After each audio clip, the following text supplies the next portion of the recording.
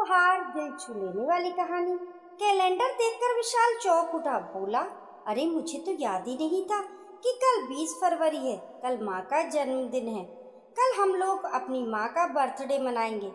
पल भर में ही उसने शोर मचा दिया। पुष्पा जी झेप गई कि क्या वे बच्ची है जो उनका जन्मदिन मनाया जाए। फिर इससे पहले कभी जन्मदिन मनाया भी तो नहीं था जो वे खुश होती। अगली सुबह भी और दिनों की तरह ही थी। कुमार साहब सुबह की सैर के लिए निकल गए। पुष्पा जी आंगन में आकर मेहरी और दूध वाले का इंतजार में टहलने लगी। तभी विशाल की पत्नी डिम्पल ने पुकारा, माँ, चाय। आज के भौतिकवादी युग में सुबह सवेरे कमरे में बहू चाय दे जाए, इससे बड़ा सुख और कौन सा होगा। पुष्पा जी बहू का मुस्कुराता चेहरा निहारती रह गई। सुबह इत्मीनान से आंगन में बैठकर चाय पीना उनका एकमात्र शौक था। पहले स्वयं बनानी पड़ती थी, लेकिन जब से डिम्पल आई है बनी बनाई चाय मिल जाती है। अपने पति विशाल के माध्यम से उसने पुष्पा जी की पसंद नापसंद की पूरी जानकारी प्राप्त कर ली थी। बड़ी बहू अंजू सॉफ्टवेयर इंजीनियर है। सुबह कपिल और अंजू दोनों एक साथ दफ्तर के लिए निकलते हैं, इसलिए दोनों के लिए सुविधाएं जुटाना पुष्पा जी अपना कर्तव्य समझती थी। छोटे बेटे विशाल ने एमबीए कर लिया तो पुष्पा जी को पूरी उम्मीद थी कि उसने भी कपिल की तरह अपने साथ पढ़ने वाली कोई लड़की पसंद कर ली होगी। इस जमाने का यही तो प्रचलन है। एक साथ पढ़ने या काम करने वाले युवक युवतियां प्रेम विवाह करके अपने माता पिता को मैच ढूंढने की जिम्मेदारी से खुद ही मुक्त कर देते हैं। लेकिन जब विशाल ने उन्हें वधू ढूंढ लाने के लिए कहा तो वे तंग रह गई थी।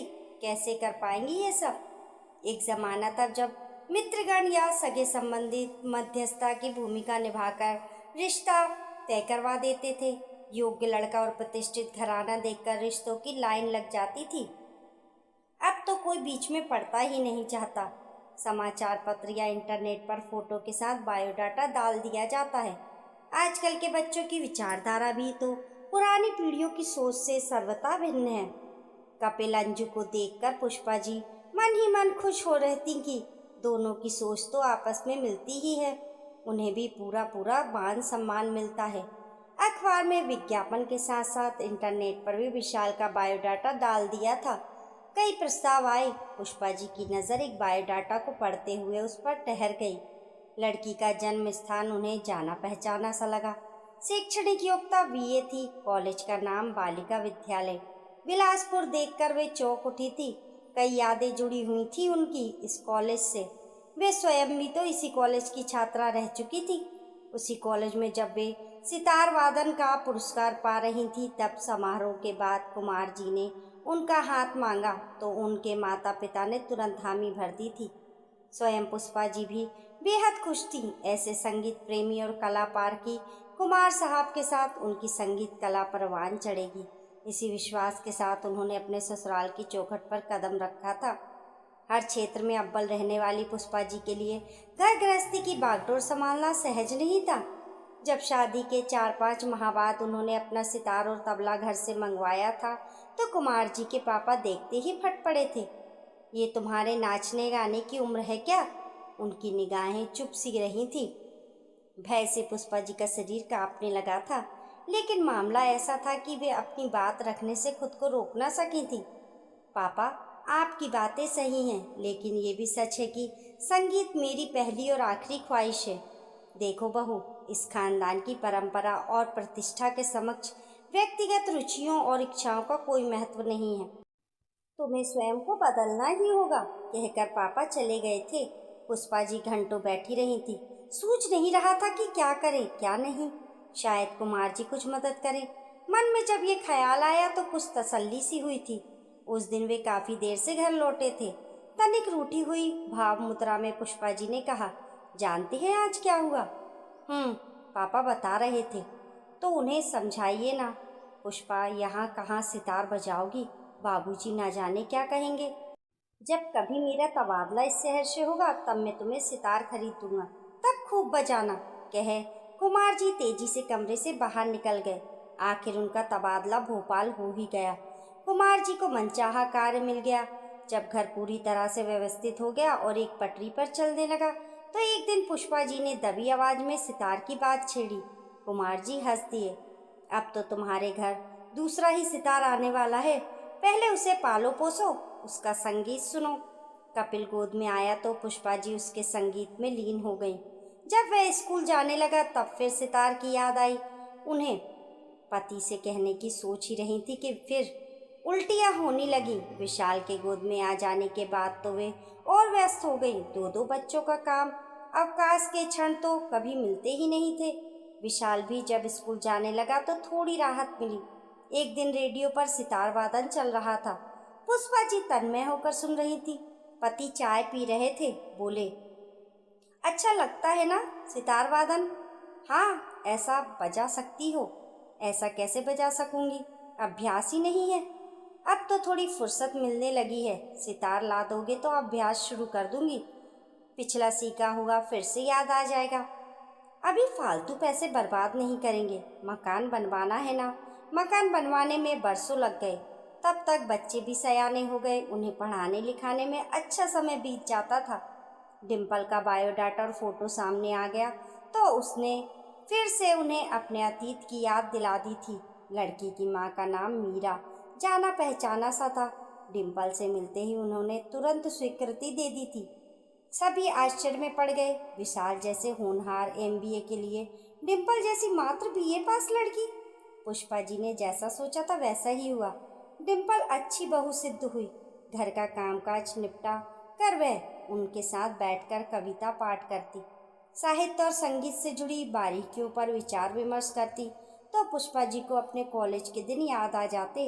आज भी पुष्पा जी रोज की तरह अपने काम में लग गई। सभी तैयार होकर अपने अपने काम पर चले गए। किसी ने भी उनके जन्मदिन के विषय में कोई प्रसंग नहीं छेड़ा।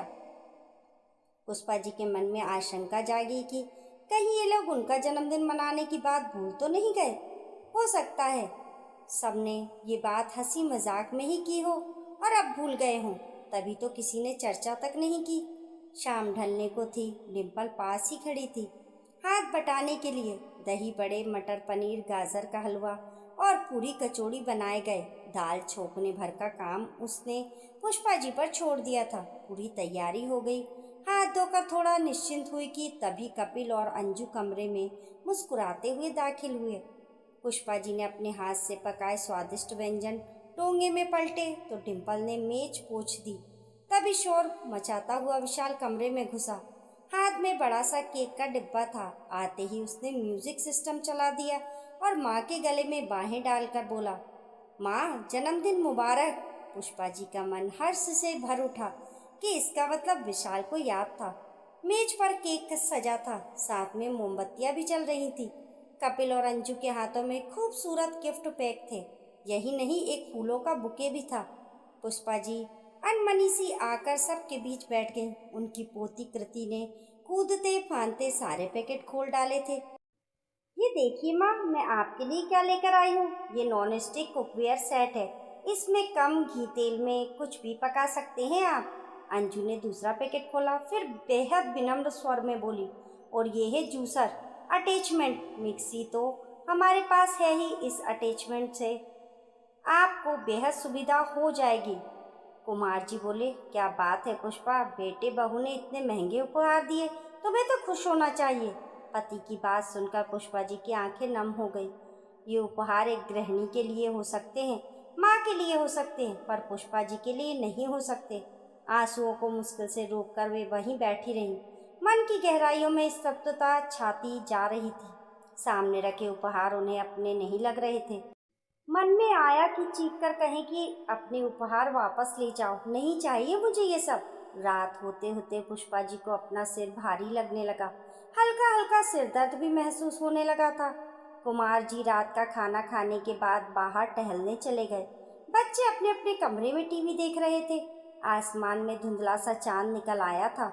उसकी रोशनी पुष्पा जी को होले से स्पर्श कर गई। वे उठकर अपने कमरे में आकर आराम वाली कुर्सी पर बैठ गईं। आंखें बंद करके अपने आप को एकाग्र करने का प्रयत्न कर रही थी। तभी किसी ने माथे पर हल्के से स्पर्श किया और मीठे स्वर में पुकारा, माँ। चौंक कर पुष्पा जी ने आंखें खोली तो सामने डिम्पल को खड़ा पाया।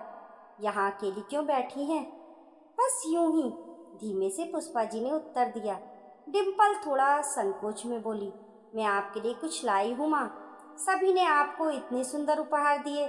आप माँ हैं सबकी, परंतु ये उपहार मैं माँ के लिए नहीं, पुष्पा जी के लिए लाई हूँ, जो कभी प्रसिद्ध सितार वादक रह चुकी है।